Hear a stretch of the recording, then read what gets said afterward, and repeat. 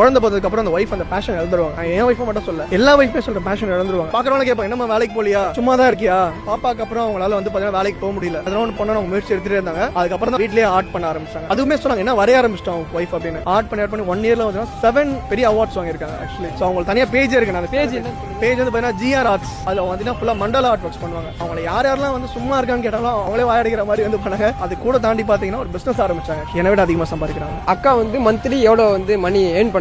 So இப்போ வந்து பாத்தீங்கன்னா மந்த்லி வந்து பர்ஃபெக்ட்டா போச்சுன்னா 60,000 அவங்க earn பண்றாங்க.